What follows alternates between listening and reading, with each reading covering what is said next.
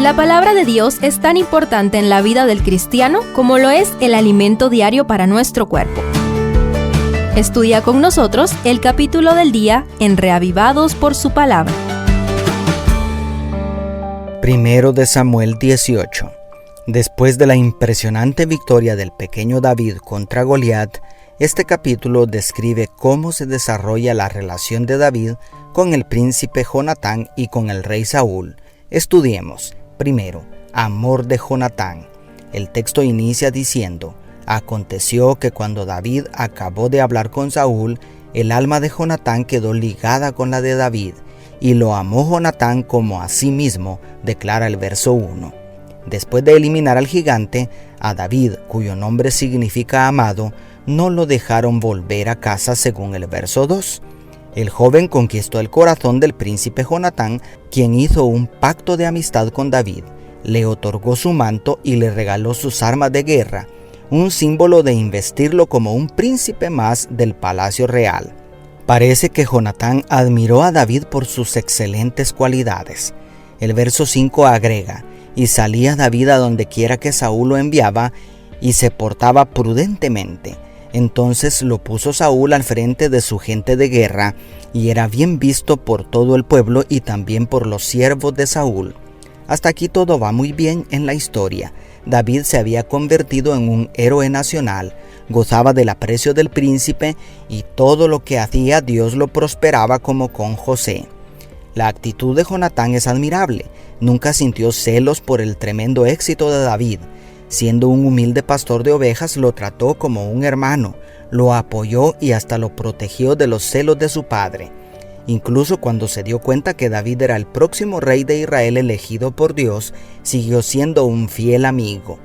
David, por su lado, supo corresponder al amor de Jonatán, y por eso ambos son un ejemplo de la bendición de una verdadera amistad.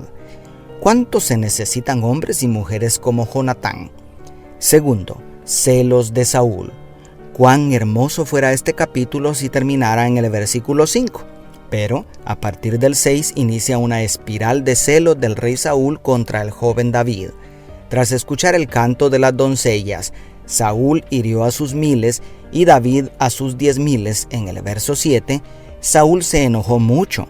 Burlándose del canto, dijo con ira: no falta más que le den el reino, según el verso 8. Esta envidia volvió a traer el espíritu maligno sobre él, y David volvió a ejecutar su preciosa música para aliviarlo. Pero en lugar de agradecerle, Saúl arrojó la lanza pensando: voy a clavar a David en la pared. Afortunadamente, con su agilidad, David esquivó el intento de homicidio.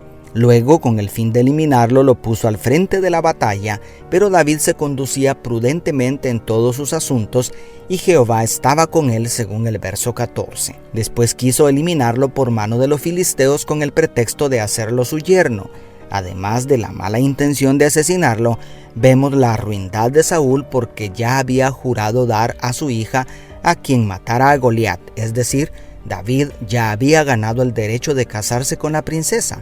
Pero Saúl actúa de manera fraudulenta. Si no fuera por la humildad de David, quien no se consideraba digno de ser yerno del rey, hubiera caído en esta trampa. Más tarde Saúl entrega a su hija mayor a otro hombre, una verdadera provocación contra David, pero este no lo tomó como ofensa. Más adelante Saúl descubre que Mical, su hija menor, estaba enamorada de David y decide aprovechar la oportunidad para eliminarlo, pidiendo una dote que asegurara su muerte frente a los filisteos. Con gran sutileza pide a David, a través de sus siervos, 100 prepucios de filisteos. Pero resulta que David volvió en la mitad del tiempo estipulado con 200 prepucios de los enemigos de Israel. Con esto, en lugar de acabar con David, terminó dándole un estatus mayor como miembro de la familia real.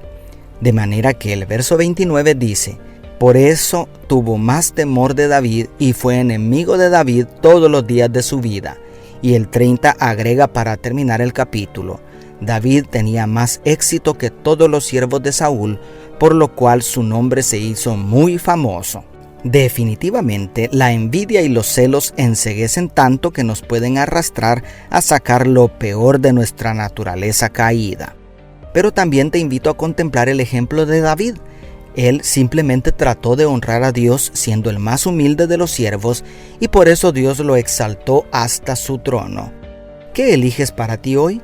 ¿Ser orgulloso y envidioso como Saúl o humilde, servicial y prudente como David?